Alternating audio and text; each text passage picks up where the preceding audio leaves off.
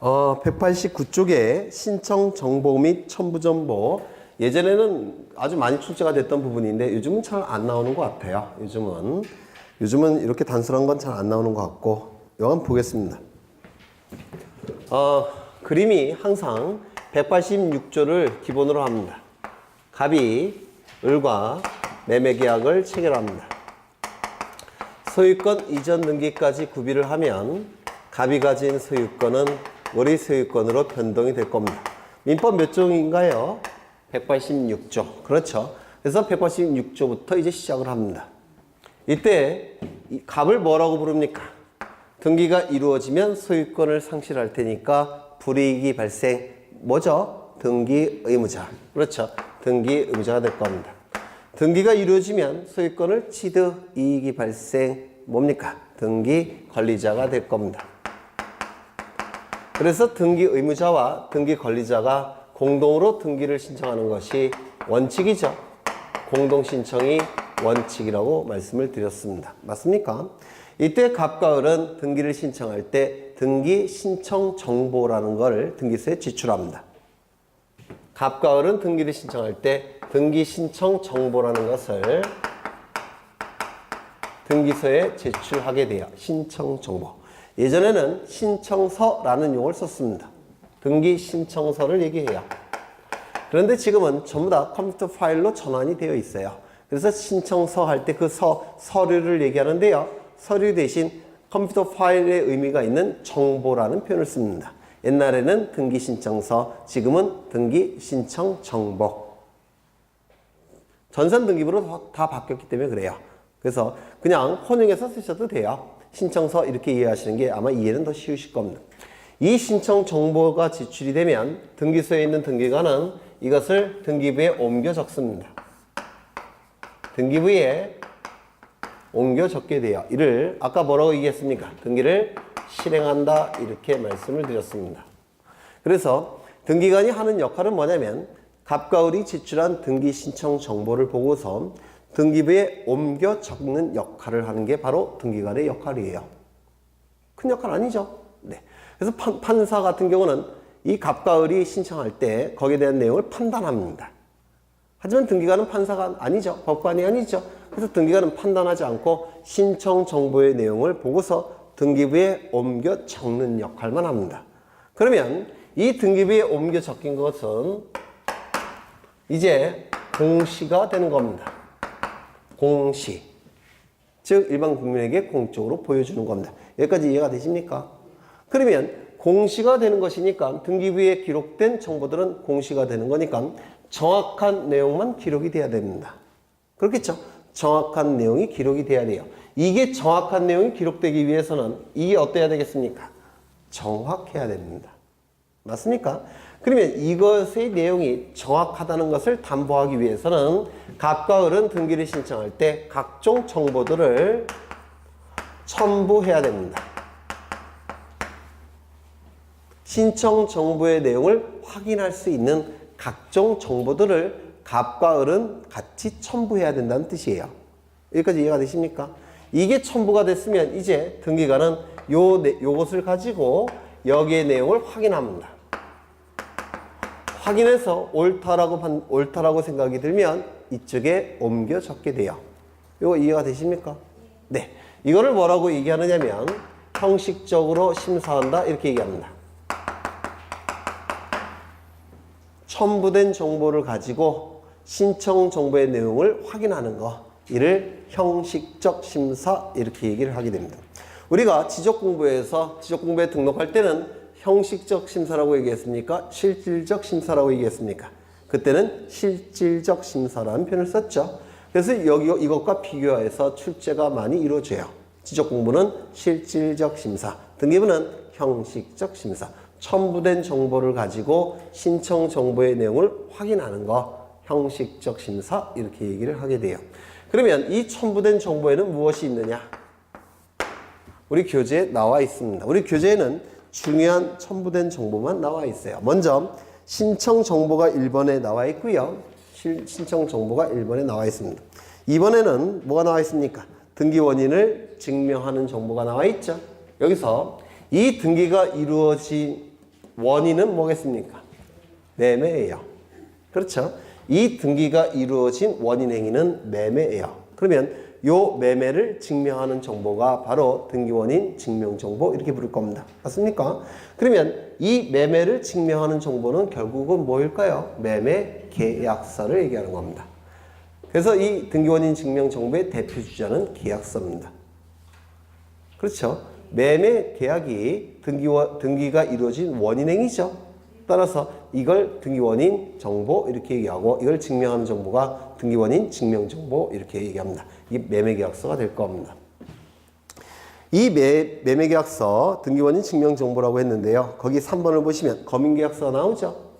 계약서에 거민을 찍은 게 거민계약서인데 출제될 확률이 대단히 높습니다. 여기선 안 할 거예요. 아직은 너무 어려우니까 민법을 좀 하신 다음에 해야 됩니다. 무조건 출제된다 이렇게 생각하실 겁니다. 넘겨보시면 등기필 정보라는 게 나와 있죠. 등기필 정보. 이 등기필 정보가 예전에는 등기필증이라고 불렸습니다. 등기필증, 권리증 이렇게도 불렸죠.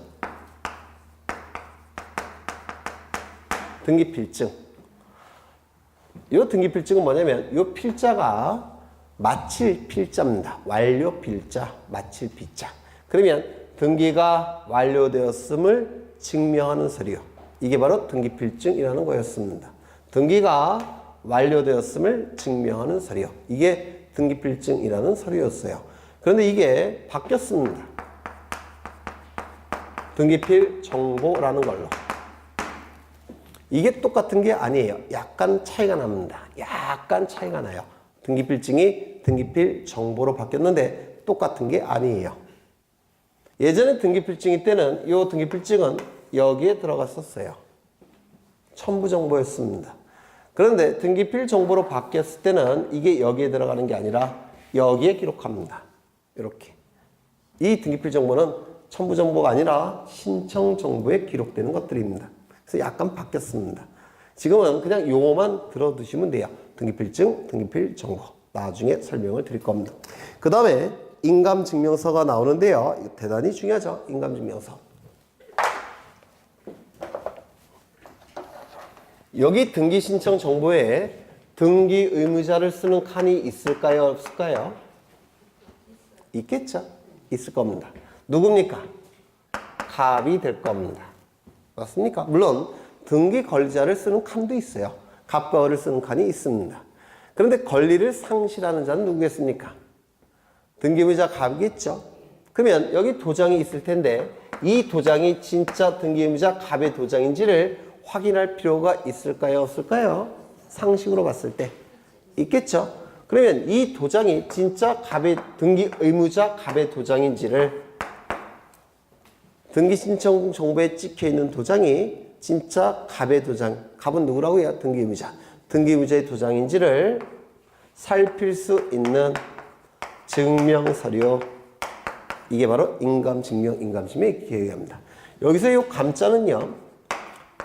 살필 감자예요. 이거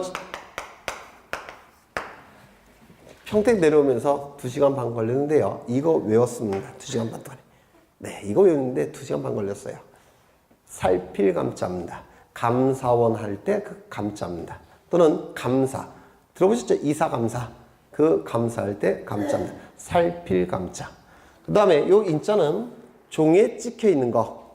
그 빨간색 이렇게 도장 찍혀 있는 거 있죠? 그게 바로 인형 이렇게 부릅니다. 인형. 그냥 인.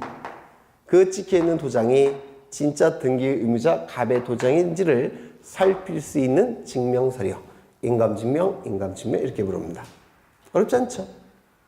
어려우세요? 여기 찍혀 있는 등기 의무자의 도장이 진짜 갑의 도장인지를 살필 수 있는 증명서류. 인감증명, 인감증명 이렇게 얘기합니다.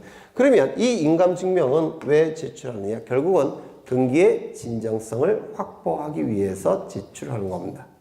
그렇죠? 그런데 등기를 신청하는 방법은 2가지예요. 전자신청의 방법도 있고 그 다음에 방문신청의 방법도 있습니다. 전자신청은 뭐냐면요. 인터넷을 통해서 등기를 신청하는 걸 얘기해요. 인터넷 등기소가 따로 있습니다. 인터넷 등기소 홈페이지에 접속한 다음에 모니터에 화면을 등기 신청 정보를 띄운 다음에 일정한 사항을 입력합니다. 입력한 다음에 엔터키를 딱 쳐요. 엔터키를 치면 그 정보가 등기소에 송신됩니다. 그게 전자신청이에요. 즉 인터넷을 통해서 등기 신청하는 거. 그 다음에 방문 신청을 보면 방문 신청은 뭐냐면 모니터에 화면을 띄웁니다. 그 다음에 엔터키 치는 게 아니고요. 프린트를 켜요. 프린터를 켜면 어떻게 합니까? 출력이 되겠죠? 종이로 출력이 됩니다. 그 출력된 종이를 가지고 등기소에 방문해서 신청하는 게 요 방문 신청입니다.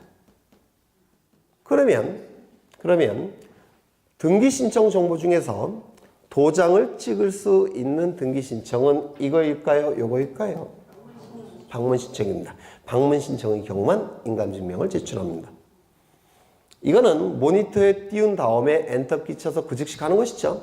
그럼 도장 찍어봤자 모니터에 찍히지 않겠습니까? 그렇죠? 의미가 없어요. 그래서 인감증명이 제출되는 경우는 방문 신청의 경우만 인감증명을 제출합니다. 이거 어려운 거 아닙니다. 이거는 종이가 있으니까 도장 찍을 수 있는 것이고 종이가 없으니까 도장을 못 찍을 뿐이에요. 그러면 이때는 인감증명이라고 했고 이쪽은요. 뭐를 대신 보내야 될까요? 공인인증서 정보. 네. 그러면 모든 등기 신청할 때마다 인감증명을 제출하느냐? 그건 아닙니다. 중요한 등기를 신청할 때만.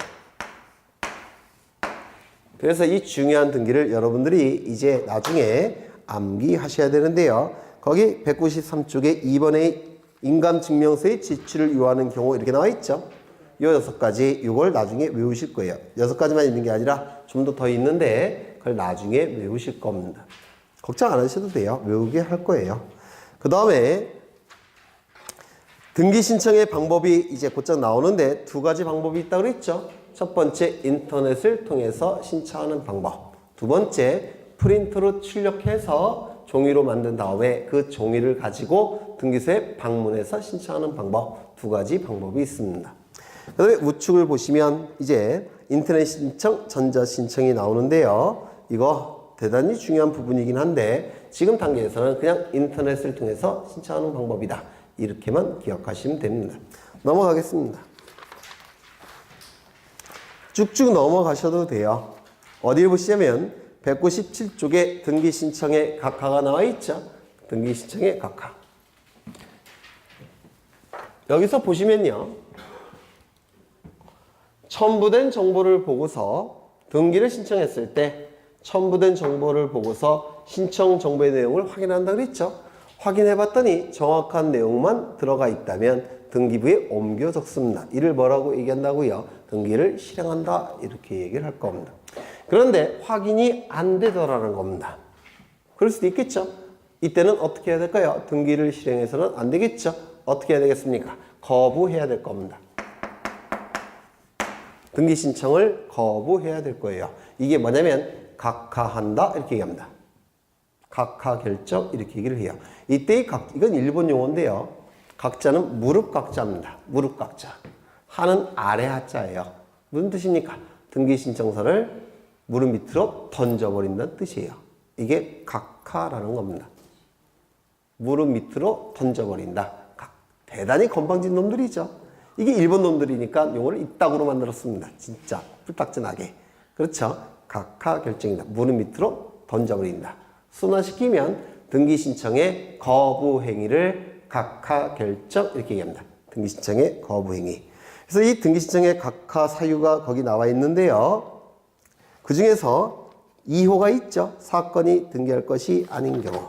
이게 대단히 자주 출제됩니다. 거의 매해 나와요. 우리 책에는 없지만 나중에 기본서에 있습니다. 근데 이 각하 사유 2호 두 번째 거 이거는 굉장히 고급의 민법 지식이 필요해요. 그래서 이거 외우시는 게 아니라 나중에 민법 공부가 어느 정도 되시면 여러분이 갖고 있는 그 민법 지식을 가지고 제가 설명을 할 겁니다. 그래서 굉장히 높은 민법 지식을 요구하고 있기 때문에 아마 중개사 민법 지식보다 중개사에서 공부하시는 것보다 더 높은 단계를 요구합니다. 그래서 민법을 좀 많이 공부해 두셔야 돼요. 다 민법 지식 가지고 설명을 합니다. 네, 각하 사유. 지금은 이 정도 보시면 되고요. 치하, 이것도 지금은 설명드려봤자 모르실 겁니다. 이것도 민법 지식이 좀 있어야 돼요. 이제 200쪽에 표시에 관한 등기를 보겠습니다. 표시에 관한 등기.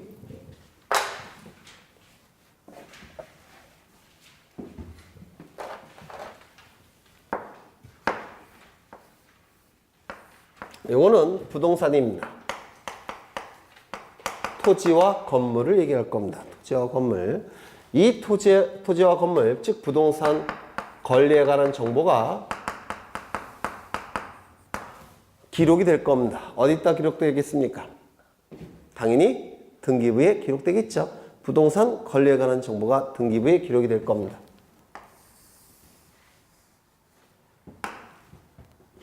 너무 많이 썼네.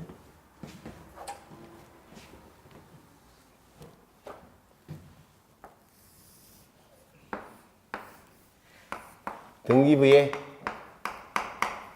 부동산 표시와 권리 관계에 관한 정보들이 기록이 될 겁니다. 부동산 표시와 권리 관계에 관한 정보들이 등기부에 기록이 될 겁니다. 맞습니까? 이때 이 부동산 표시는 둘로 나눠질 거예요. 어떻게 나눠집니까? 부동산이 두 개죠. 그렇죠. 따라서 건물의 표시와 토지의 표시로 나눠질 겁니다. 건물의 표시는 뭐가 있었죠? 소재, 그 다음에 대지, 지방, 건물의 종류, 건물의 구조, 건물의 면적이 기록이 될 겁니다. 맞습니까? 소지, 종, 구면. 소지, 종, 구면 이렇게 외웠습니다. 토지의 표시는 뭐가 있었죠? 소재, 지번, 지모, 면적이 기록이 될 겁니다. 그래서 제가 이렇게 암기를 부탁드린 적이 있어요. 이거.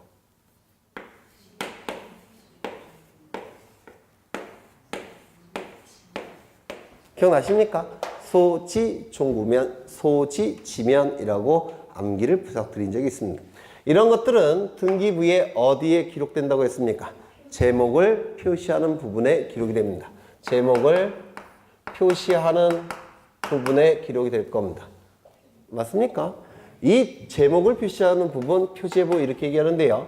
이 표제부는 결국은 이러한 내용들이 기록이 될 텐데 이거는 권리와 관련이 있습니까? 없습니까? 없죠. 그렇죠. 그래서 객관적인 사실만 기록이 된다고 해서 사실등기 이렇게 말씀을 드린 적이 있어요. 권리라는 문구가 없죠. 그렇죠. 눈에 보이는 객관적 사실만 표제부에 기록이 돼서 표제부에서 이루어지는 등기를 사실의 등기 이렇게 설명을 드린 적이 있어요. 그렇죠. 그 다음에 이 권리관계를 보시면요. 권리관계를 보시면 권리의 종류와 그 내용들이 기록이 될 겁니다. 그렇죠. 권리의 종류와 내용들이 기록이 될 겁니다. 어디에 기록되겠습니까? 갑구와 을구에. 그렇죠. 만약에 이 권리가 소유권이라고 한다면 어디에 기록이 될까요? 갑구에. 소유권 이외의 권리라고 한다면 그때는 어디에 기록되겠습니까? 을구에. 즉 지상권이나 지역권이나 전세권이나 저당권이나 질권이나 임차권 이러한 권리들은 소유권이 아니죠. 당연히 어디에 기록되겠습니까? 을구에 기록이 될 겁니다. 소유권의 내용은 뭐가 있냐면 지분이라는 거 들어보신 적 있습니까? 어디에 기록되겠습니까? 갑구에. 소유권 지분은 갑구에 기록되겠죠. 이런 건 어떻습니까? 지상권, 지역권, 전세권 이런 거의 존속기간. 그 다음에 저당권 같은 경우는 채권에. 질권도 채권에. 임차권은 차임. 전세권은 전세금. 이런 내용들은 당연히 어디에 기록되겠습니까? 을구에 기록이 될 겁니다. 소유권에 관한 내용들은 갑구에. 소유권 이외의 권리에 관한 내용들은 당연히 어디에 기록된다고요? 을구에 기록이 될 겁니다. 이 갑구와 을구에 기록되는 내용들은 권리의 내용들이죠. 따라서 이를 권리의 등기 이렇게 말씀을 드린 적이 있습니다. 표제부에서 이루어지는 등기는 뭐라고요? 사실의 등기. 갑구을구에서 이루어지는 등기는 권리등기 이렇게 얘기를 할 겁니다. 맞습니까? 그 다음에 여기 권리자도 있을 겁니다. 권리자, 소유권자, 전세권자, 저당권자 이런 권리자들도 있죠. 이 권리자에 관한 정보도 이름, 주민번호, 주소 같은 것들이 기록이 됩니다. 이걸 뭐라고 얘기하냐면 등기명의인 이렇게 불러요. 등기명의인을 표시하는 사항들입니다. 뭐가요? 이름, 주민번호, 주소는 등기명의인을 표시하는 내용들입니다. 맞습니까? 네. 그러면 이것과 관련된 등기를 바로 등기명의인 표시에 관한 등기 이렇게 얘기할 겁니다. 이건 어디에서 이제 이루어지냐면 이 권리가 소유권일 때는 이 등기명의인 표시는 당연히 갑구에 기록이 될 때고 소유권 이외의 권리일 때는 당연히 을구에 기록이 될 겁니다. 맞습니까? 여하간 이 등기들은 권리 자체와 권리의 내용입니까? 아닙니까? 아니에요. 권리를 가지고 있는 사람일 뿐이지 권리 자체와 관련된 건 아닙니다. 그러면 이건 권리에 관한 등기일까요? 아니면 사실에 관한 등기일까요? 이름, 주민번호, 주소 이건 사실에 관한 등기입니다. 그래서 갑구을구에는 기록이 되지만 이건 사실에 관한 등기 이렇게 얘기를 합니다. 되셨나요? 다시요. 여기에 관련된 등기를 뭐라고 얘기할까요? 부동산 표시에 관한 등기. 이해가 되십니까? 또는 표제부 등기 같은 뜻입니다. 부동산 표시에 관한 등기, 표제부 등기 같은 뜻이에요. 그렇죠? 그 다음에 요거 보시면요.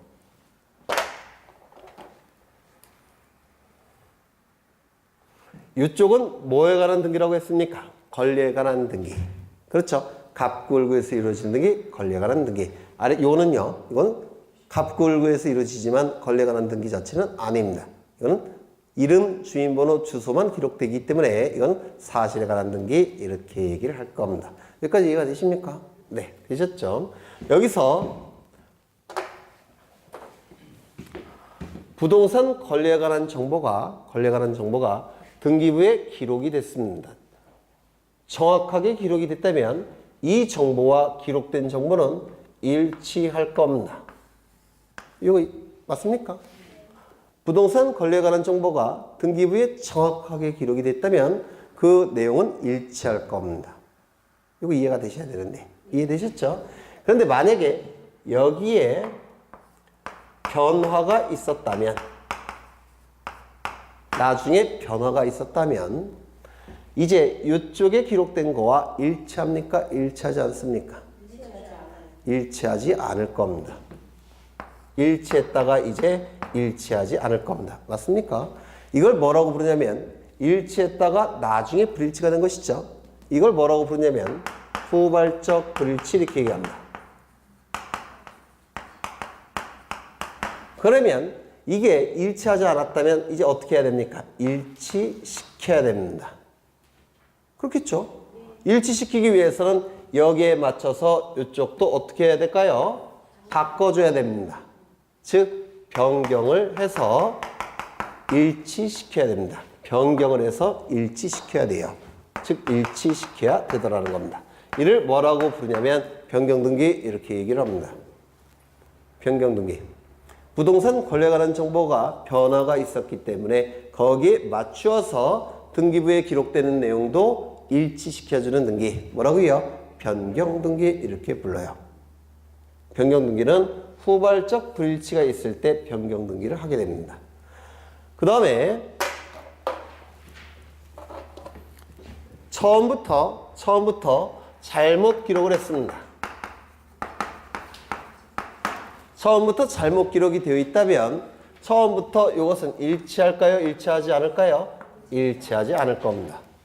그러면 공시기능을 발휘할 수 있습니까? 없습니까? 당연히 없겠죠. 공시기능을 발휘하기 위해서는 어떻게 해야 될까요? 일치시켜줘야 됩니다. 맞습니까? 그러면 이쪽을 어떻게 해야 됩니까? 고칠 경자예요.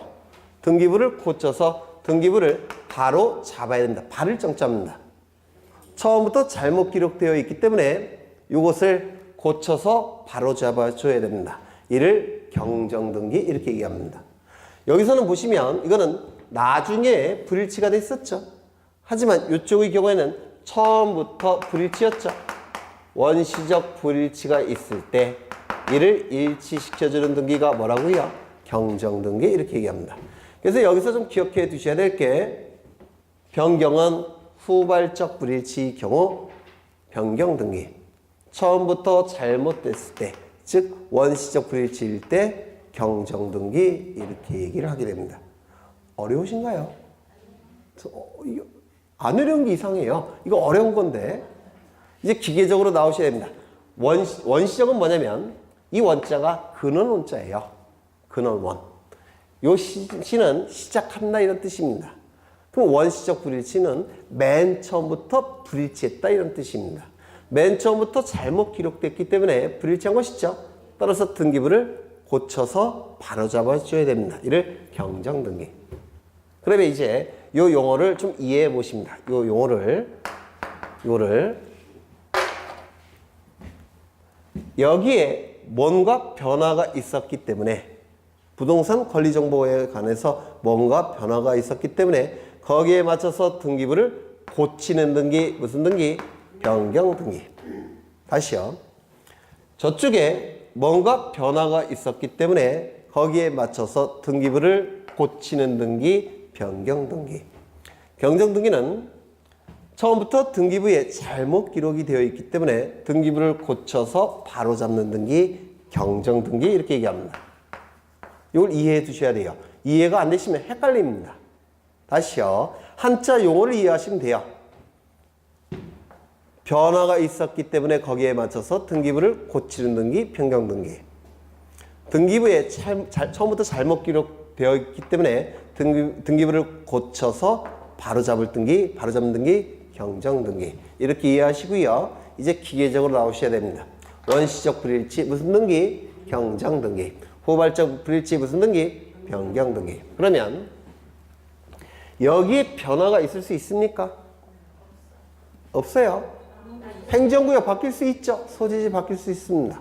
면적 바뀔 수도 있어요. 구조도 바뀔 수 있습니다. 그러면 그걸 무슨 등기라고 얘기하겠습니까? 부동산 표시 변경 등기. 맞습니까? 부동산 표시 변경 등기. 여기에 변화가 있을 수 있습니까? 있죠. 지분이 바뀔 수도 있고 존속기간이 바뀔 수도 있고 전세금이 바뀔 수도 있고 채권액이 바뀔 수도 있죠. 무슨 등기겠습니까? 권리 변경 등기. 맞습니까? 이름 바뀔 수 있습니까? 주민번호 바뀔 수 있습니다. 남자가 여자가 되면, 여자가 남자가 되면 주민번호 바뀝니다. 주소 이사하면 바뀌게 돼요. 그러면 이거 여기에 변화가 있어서 등기부를 고치는 등기 무슨 등기겠습니까? 등기명의인 표시 변경 등기 이렇게 얘기할 겁니다. 다시요. 여기에 변화가 나타나서 등기부를 고치는 등기 무슨 등기? 부동산 표시 변경 등기 또는 표제부 변경 등기. 여기에 변화가 나타나서 내용을 바꾸는 등기를 권리 변경 등기. 여기에 변화가 나타나서 등기부를 고치는 등기가 바로 등기명의인 표시 변경 등기. 어렵습니까? 네, 됐죠? 나중에 안 할 거예요. 이거는 왜? 시험에 안 나오니까. 안 나오는 부분이라서 나올 거는 요거 하나예요. 사실은. 이건 나중에 상세하게 할 거고요. 안 나오는 부분은 지금 하고 끝나는 겁니다. 그러면 다시 보죠. 처음부터 이것을 기록했는데 잘못 기록을 했습니다. 이거를. 그러면 고쳐서 바로 잡아야 되겠죠. 무슨 등기? 부동산 표시 경정 등기. 맞습니까? 처음부터 잘못 기록했습니다. 고쳐서 바로 잡아야 되겠죠. 무슨 등기? 권리 경정 등기. 여기는요. 처음부터 잘못 기록되었습니다. 고쳐서 바로 잡아야 되겠죠. 등기명의인 표시 경정 등기. 그래서 변경 등기와 경정 등기는 차이가 하나예요. 원시적 불일치냐 후발적 불일치냐 이것만 차이가 있습니다. 즉 처음부터 잘못 기록됐느냐 경정. 나중에 바뀌었느냐 변경. 요것만 차이가 있습니다. 변경과 경정은 네, 그 정도 보시고요. 이럴 수 있습니까? 이게 건물입니다. 건물이에요. 그런데 이 건물이 없어졌다는 겁니다. 지진이 나서. 그러면 없어졌다는 것을 법률 용어로 멸실이라는 표현을 씁니다. 이 멸은 무슨 뜻일까요? 멸. 소멸되었다, 멸망되었다, 소멸되었다. 실은 없어졌다 이런 뜻입니다. 이게 지나서 없어지면 멸실된 것이죠. 건물이 멸실됐다라는 표현을 씁니다. 그러면 이런 거 내버려 둘까요? 아니면 이 등기부도 없애야 될까요? 없애야 되겠죠. 그러면 저 부동산 자체와 관련된 거는 표제부에 있는 겁니까? 갑골구에 있는 거겠습니까? 표제부에 있는 겁니다. 그래서 이 표제부에 이런 것을 다 없애는 등기를 해야 돼요. 멸실등기란 걸 합니다. 멸실등기도 어디서 할까요? 표제부에서 하는 겁니다. 이게 토지예요. 토지. 그런데 남극과 북극의 빙하가 녹기 시작합니다. 그래서 바다가 쭉 올라왔어요. 바다 속으로 가라앉았습니다. 토지 더 이상 존재합니까? 존재하지 않습니까? 존재하지 않죠. 따라서 이런 거 다 필요 없겠죠. 이거 없애는 등기 무슨 등기일까요? 멸실등기. 어디서 할까요? 표제부에서 하게 됩니다. 그래서 이 부동산 표시 변경 등기와 멸실 등기는 표제부에서 이루어지는 등기가 될 겁니다. 다 이것과 관련이 되어 있기 때문에 그렇습니다. 그렇죠? 네. 그 다음에 이건 어떨까요? 이 권리에서 이 권리로 바뀌는 등기는 권리 변경 등기일까요? 아닐까요? 이거는 권리 변경 등기가 아닙니다. 왜? 권리 자체가 달라지잖아요. 이거는 권리 변경 등기가 아니고요. 기존의 등기를 말소하고 새로 등기해야 됩니다. 그래서 권리 변경 등기를 하면 같은 권리 내에서 내용이 바뀔 때만 권리 변경 등기예요. 같은 권리 중에서 내용이 바뀔 때만. 물론 이건 나중에 할 겁니다. 시험에 나오는 거니까. 종류가 바뀔 때는 변경 등기를 할 수가 없습니다.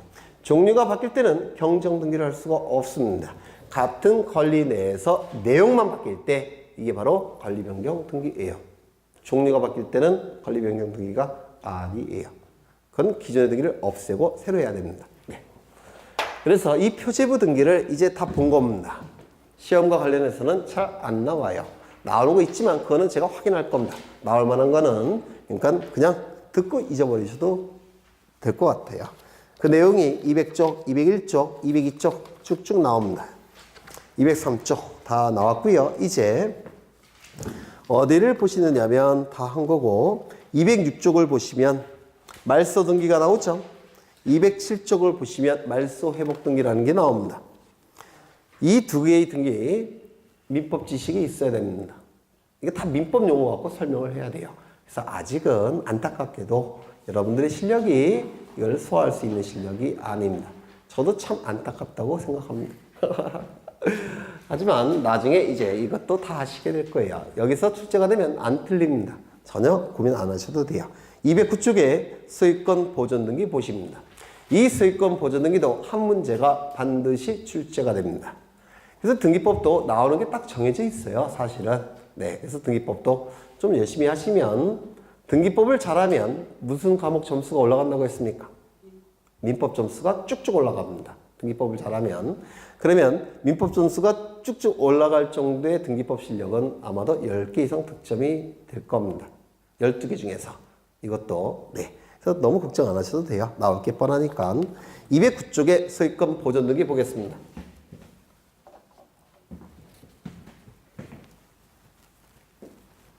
기초 단계니까.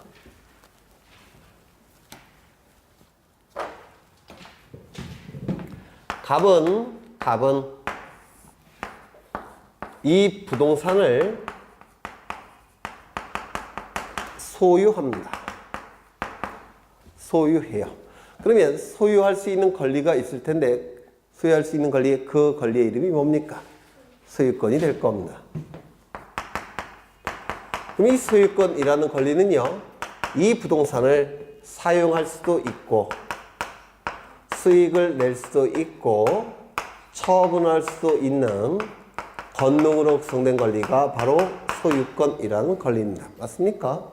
그러면 이런 소유권이 있을 때 이 갑은 이 소유권을 보호받고 싶더라는 겁니다. 소유권을 보호받고 싶더라는 겁니다. 보호받기 위해서는 다른 사람들에게 공시해야 됩니다. 내가 이 부동산에 대해서 소유권이 있으니까 방해하지 말라고 알려야 된다는 겁니다. 공시해야 돼요. 그런데 공시하는 방법이 뭐라고요? 등기하는 방법, 등기를 하는 겁니다. 그래서 이 갑은 등기소에 가서 등기를 신청하게 되는데 이때의 등기가 바로 보존 등기라는 겁니다. 여기서 이 존재하는 소유권을 보호할 때 하는 등기, 무슨 등기라고요? 보존 등기라는 겁니다.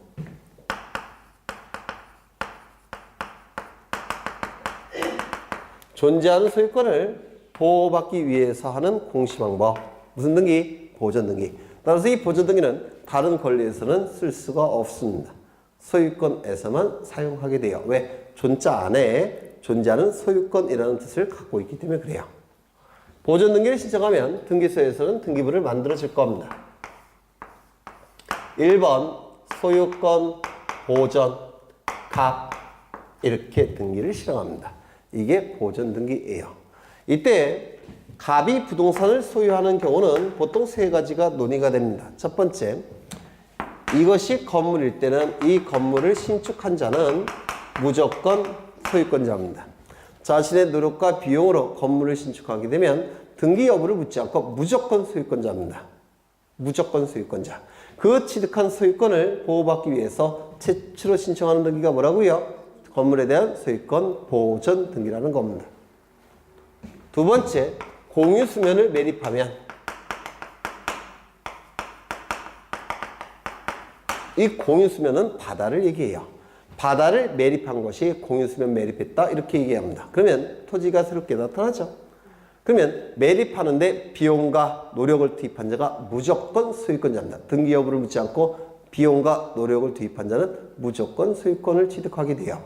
그 취득하는 소유권을 보호받기 위해서 공시 방법을 갖춰야 되는데 그때 하는 등기가 뭐라고요? 토지 소유권 보존 등기라는 겁니다. 세 번째, 이건 좀 어려운데요. 규약상 공용 부분을 폐지하는 경우, 규약상 공용 부분을 폐지하는 경우도 소유권 보존 등기를 하게 됩니다. 이건 너무 어려우니까 나중에 설명을 드릴 겁니다. 그래서 보통은 이 세 가지가 논의가 돼요. 소유권을 취득하는 것, 등기 없이도 소유권을 취득하는 경우 이 세 가지가 논의가 됩니다. 이게 네. 그러면 이제 갑은 보존 등기를 신청할 때 반드시 제출해야 될 첨부 정보가 있습니다. 뭘까요? 소유권이 있다는 사실을 증명할 수 있는 뭔가를 제출해야 될 겁니다. 맞습니까? 그렇지 않겠습니까? 여기에 갑으로 등기가 되기 위해서는 소유권을 증명할 수 있는 뭔가가 제출돼야 됩니다. 이거 이해가 되십니까? 요게 출제가 단골로 이루어집니다. 요게 뭐가 있냐면 책을 보시면 209쪽에 3번이 있죠. 3번 찾으셨습니까? 네, 3번을 보시면 대장에 제초의 소유자로 등록되어 있는 것을 증명하는 자. 대장을 제출해야 된다는 겁니다. 두 번째, 판결에 의해서 자기 소유권을 증명하는 자. 뭘 제출하는 겁니까? 판결서를 제출해야 된다는 뜻이에요.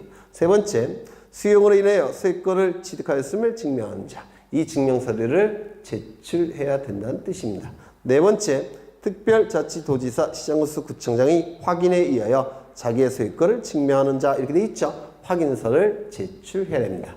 이러한 방법에 의해서 소유권이 있음을 증명한다면 그 자는 소유권 보존 등기 명인이 될 수 있을 겁니다. 맞습니까? 그래서 주로 출제가 되는 것은 그 3번이에요. 나중에 무조건 외우셔야 될 겁니다. 무조건 나옵니다. 무조건. 나올 확률 80%. 거의 나온다고 봐야죠. 80%. 근데 그 정도만 보십니다. 보존 등기는 뭐라고요? 존재하는 소유권을 보호받기 위해서 최초로 신청한 등기가 뭐라고요? 소유권. 이미 가지고 있는 소유권을 보호받기 위해서 최초로 신청한 등기가 뭐라고요? 소유권 보존 등기. 이미 가지고 있는 소유권을 보호받기 위해서 최초로 신청한 등기가 보존 등기라는 겁니다. 되셨나요? 네, 그 정도만 보시면 됩니다. 그 다음에 한 페이지 넘겨보시면 이전 등기라는 게 나와 있는데 이건 아직은 힘드세요. 211쪽을 보시면 유증이 나와 있죠. 아직은 힘드실 테고 넘겨보시면 213쪽에 수용이 있죠. 진정명의 회복도 있을 테고 이건 전부 다 민법에서 하는 것들입니다. 등기법에서 이런 걸 설명하면 민법 지식과 충돌을 일으켜요. 그래서 민법에서 공부하신 다음에 여기에 이제 등기를 덧붙이는 겁니다. 왜 등기 선생이 민법 선생님의 쫄따구인지 아시겠죠? 아닌가요? 네. 214쪽에 환매 등기, 215쪽에 신탁 등기. 네. 나중에 보는 것들이에요. 그 다음에 216쪽을 보시면 용의권 나와 있고요. 218쪽에 담보권 나와 있죠.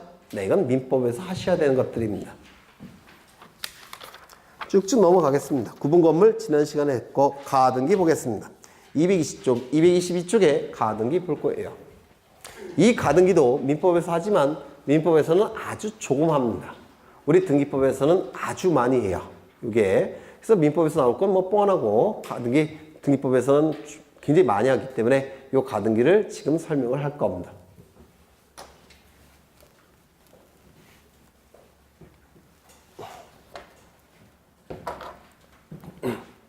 여기에 이러한 부동산이 있고 소유권자가 갑입니다. 갑이 을과 매매계약을 체결합니다. 매매계약이 체결되면 을에게는 의무가 하나 나타납니다. 아니요, 권리가 하나 나타납니다. 뭡니까?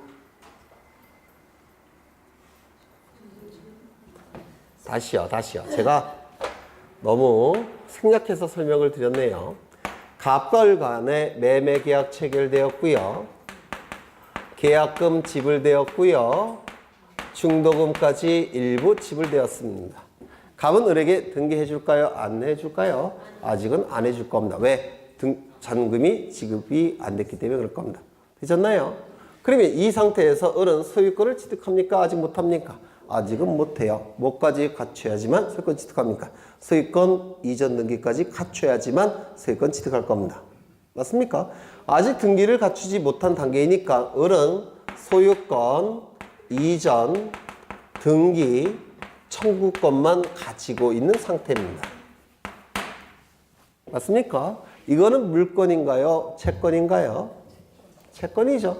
지상권, 지역권, 전세권도 아니고 유치권, 전환권, 질권도 아니죠. 그건 그 이외에는 전부 다 채권이죠. 네, 채권만 가지고 있는 상태입니다. 현재 소유권자는 누굽니까? 갑이 현재 소유권자입니다. 그 이후에 이 갑은 병과 매매 계약을 체결하고 병 명의로 소유권 이전 등기를 실행했습니다. 따라서 우리 민법 186조에 의해서 이 병은 어떤 권리를 취득합니까? 소유권을 취득할 겁니다. 맞습니까? 그렇죠. 그러면 이때 을은 어떠한 상황에 있느냐면 이 부동산 찾아다니라고 엄청난 시간 투자했겠죠. 맞습니까? 또한 차비도 엄청 많이 들었을 겁니다. 이거 찾아다니라고. 그 다음에 계약금, 중도금 마련하니라고 은행 들락날락 했겠죠. 그러면 이 을은 결국은 막대한 시간과 노력을 투입했음에도 불구하고 소유권 취득했습니까? 못했습니까? 못했어요. 닭을 쫓던 게 지붕 쳐다보는 꼴입니다. 민법에서 이걸 뭐라고 얘기합니까? 이중매매 이렇게 얘기하죠. 네. 닭 쫓던 게 지붕 쳐다보는 꼴이에요. 그러면 이때 을을 보호할 장치를 마련해 놔야 되겠다는 겁니다. 왜? 시작을 먼저 했으니까 병보다. 여기까지 이해가 되십니까? 을을 보호할 장치를 마련해 놔야 되겠다는 겁니다. 그 장치가 뭐냐면 이 등기 청구권의 순위를 보존하도록 하기 위해서 병보다 앞선 순위를 보존시키도록 하기 위해서 임시로 등기하는 방법을 마련해 놓겠다는 겁니다. 이게 바로 가등기라는 겁니다. 그러면 나중에라도 이제 잔금을 지불하게 되면 요 을은 본래의 등기를 하게 돼요. 본래의 등기는 소유권 이전 등기입니다. 요거를 본등기라고 부릅니다. 본래의 등기. 요거는 가등기, 본래의 등기. 본래의 등기는 소유권 이전 등기입니다. 본래의 등기를 하게 되면 본래의 등기를 한 시점에 소유권을 취득합니다. 하지만 순위는 가등기 시점에 순위가 보존되어 있죠. 따라서 순위가 결정되는 시점은 가등기 시점이에요. 이거 이해가 되십니까? 따라서 가등기가 먼저 이루어졌고 이게 나중에 이루어졌다면 지금 등기 명의는 둘이 나타나고 있죠. 하나의 부동산에 대해서 소유권자 둘이 존재할 수 있습니까? 없습니까? 없어요. 하나는 물러나야 되겠죠. 누가 물러나야 됩니까? 순위가 이게 먼저 가등기 시점을 기준으로 순위가 결정이 된다고 했죠. 따라서 이거는 등기관이 직권으로 말소합니다. 누구를 우선시키겠다는 겁니까? 을을 우선시키겠다는 겁니다. 그래서 민법에서 출제되는 거 뻔해요. 이거. 그 다음에 하나 더. 가등기, 이전 등기는 부기등기 한다는 거. 민법에서 나올 거 그게 다예요. 하지만 등기법은 이것 플러스 한 20배 이제 할 겁니다. 나중에. 네. 어렵지 않죠? 네, 가등기 이 정도만 보겠습니다. 민법에서 나올 거 먼저 기억하시죠? 물건이 변동되는 시점은 무슨 등기 시점? 본등기 시점. 물건이 변동되는 시점 무슨 시점? 본등기 시점. 순위가 결정되는 시점은 무슨 등기 시점? 가등기 시점. 이것만 이번에 기억하셔야 됩니다. 이 가등기는 요 효력을 위해서 특별히 고안된 등기입니다. 순위를 보존시키기 위해서 특별히 고안해낸 등기가 가등기예요. 그러면 가등기는 물건 변동의 효력은 아까 없다 그랬죠? 무슨 효력만 있을까요? 순위 보존의 효력 하나만 있는 등기가 가등기예요. 요것을 위해서 특별히 만들어진 등기가 가등기이기 때문에 가등기 효력은 하나입니다. 순위 보존의 효력. 되셨나요? 네. 이 정도 보시고요. 222쪽 보셨고 어디를 보시냐면 225쪽을 보십니다. 오늘 마지막 하는 부분이 될 거예요. 가처분 등기. 여기서 이걸 보시면요. 소유권이라는 권리는 이 부동산을 사용할 수도 있고 수익을 낼 수도 있고 처분할 수도 있는 권능으로 구성된 가장 완전한 형태의 물건을 소유권 이렇게 얘기합니다. 그래서 소유권은 완전 물건 이렇게 얘기를 해요. 됐습니까? 근데 이 소유권자가 가지고 있는 요 세 개의 권능 중에서 요 권능을 제한하는 거, 이를 처분 제한 이렇게 얘기합니다. 어렵지 않죠?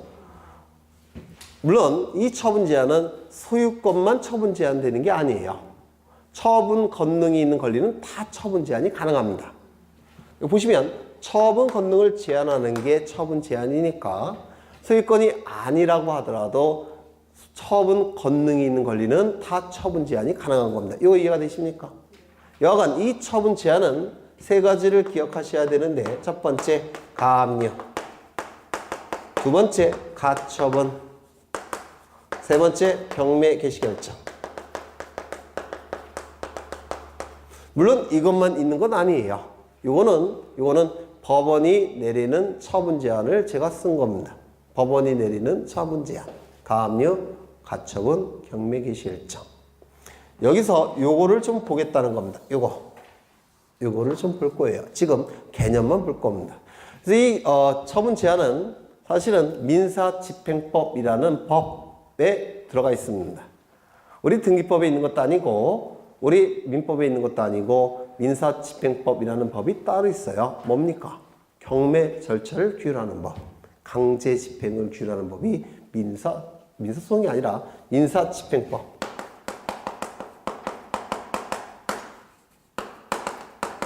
이 법에서 규율하고 있는 제도예요. 가압류, 가처분.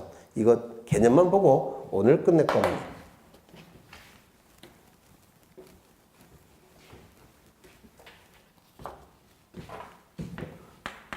갑은 이러한 부동산을 가지고 있습니다. 소유권자입니다. 얘를 소유권으로 들겠습니다. 그런데 갑에게는 누가 있었냐면 A라는 채권자가 있었습니다. 채권자, A는 채권자. 그러면 얘는 뭐가 됩니까? 쌍으로 움직이는 거니까 채무자가 될 겁니다. 맞습니까? 갑은 채무자, A는 채권자예요. 이 채무자는 자신의 채무를 변제기에 변제해야 되겠습니까? 그렇죠. 채무를 이행기, 변제기에 변제 이행을 해야 될 겁니다. 변제 이행 같은 뜻이에요. 그런데 이 채무를 변제하지 않으면, 즉 이행하지 않으면 이 채권자는 뿔따고 나요, 안 나요? 나죠. 어떻게 해야 됩니까? 강제 집행을 통해서라도 자신의 채권을 만족시킬 겁니다. 여기까지 이해가 되십니까? 그렇죠. 변제기에 이행기에 채무자가 채무를 이행하지 않으면 강제 집행을 통해서라도 채권을 만족받고자 할 겁니다. 이거 이해가 되십니까? 그러면 이 A는 이 부동산을 통해서 강제 집행을 할 테고 강제 집행을 통해서 자신의 채권을 만족받을 겁니다. 그런데 강제 집행을 하기 위해서는 뭐가 필요하냐면 강제 집행을 할 수 있는 권리의 원천이 필요합니다. 이를 집행권원 이렇게 불러요. 예전에는 채무명의라는 용어를 썼는데 지금 용어가 바뀌었어요. 집행권원, 강제 집행을 할 수 있는 권리의 원천, 집행권원 이렇게 부릅니다. 이 집행권원은 보통은 판결서입니다. 판결서가 바로 집행권원이 돼요. 그러면 판결서를 만들어야 되겠죠. 판결서를 만드는 방법은 뭡니까? 소송을 제기하는 겁니다. A는 법원에 소송을 제기할 겁니다. 채권에 대한 소송을 제기할 겁니다. 근데 이 소송이라는 것은 소가 제기된 시점부터 판결이 확정되는 시점까지는 굉장히 긴 시간이 필요합니다. 짧으면 1년이지만 길면 10년 이상도 갑니다. 그럼 중간에 요 채무자가 자신의 재산을 다른 자에게 처분하게 되면 판결이 확정되는 시점에 저 부동산에 대한 권리는 누가 갖습니까? 네? 우리가 갖겠죠. 즉 채무자 갑은 권리가 있습니까? 없습니까? 없게 돼요. 채무자가 재산이 없으니까 강제 집행할 수 있습니까? 없습니까? 없게 돼버립니다. 그러면 다른 사람에게 처분하는 것을 제한시킬 필요가 있다라는 겁니다. 즉 갑이 이 재산을 다른 자에게 처분을 못하도록 할 필요가 있다라는 겁니다. 이거 이해가 되십니까? 그게 뭐냐면 보존소송이라는 거예요. 즉 채무자가 재산을 계속 보존하도록 가지고 있도록 다른 사람에게 처분하지 못하도록 보존하도록 소송을 제기하는 게 보존소송이라는 겁니다. 보존소송은 두 가지가 있는데요. 가압류라는 게 있고요. 또 하나는 처분, 금지, 가처분이라는 게 있습니다. 처분, 금지, 가처분은 너무 길어서 보통은 가처분 이렇게 불러요. 이때 요거를 보존소송이라고 부르고 이것을 본래의 안건인 소송인 본안소송 이렇게 부릅니다. 이쪽은 본안소송, 아래쪽은 보존소송 이렇게 불러요. 그래서 이 본안소송과 보존소송은 보통 같이 제기합니다. 같이 하는 겁니다. 이거는 시간이 굉장히 오래 걸립니다. 하지만 이 보존소송은 보통 일주일 내에 결정을 해줘 버립니다. 보통 2, 3일이면 결정이 나요. 왜? 긴급성이 있기 때문에. 되셨나요? 그러면 여기서 결정이 나게 되면 이걸 공시해야 됩니다. 그래서 등기소에 가압류 가처분 등기를 촉탁합니다. 국가기관, 그때는 신청이 아니라 뭐라 그랬죠? 촉탁. 기억나십니까? 국가기관, 촉탁. 그러면 이 부동산에 대해서 가압류 가처분 등기가 실행이 되는 겁니다. 그러면 팔기가 힘들어져요. 물론 팔 수는 있지만 나중에 요 을이 A한테 넘겨주는 경우가 발생합니다. 이게 바로 가압류 가처분이라는 겁니다.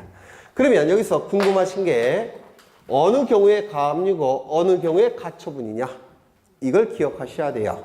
이때 이 A가 가진 채권이 돈과 관련된 채권일 때는 가압류를 신청하는 겁니다. 금전 채권일 때는. 돈과 관련된 채권은 뭐를 보존소송으로 제기한다고요? 가압류. 금전 이외의 채권일 때는 가처분을 신청하는 겁니다. 이렇게 차이가 나요. 이거 다 출제가 됐던 것들입니다. 이 그림을 앞으로 한 30번 정도 그릴 거예요. 제가. 이거 외울 수밖에 없습니다. 계속 출제를 하고 있으니까 다시요.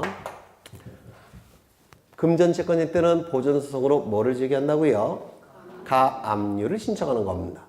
금전 이외의 채권일 때는 뭐를 신청한다고요? 처분금지 가처분을 신청하는 겁니다.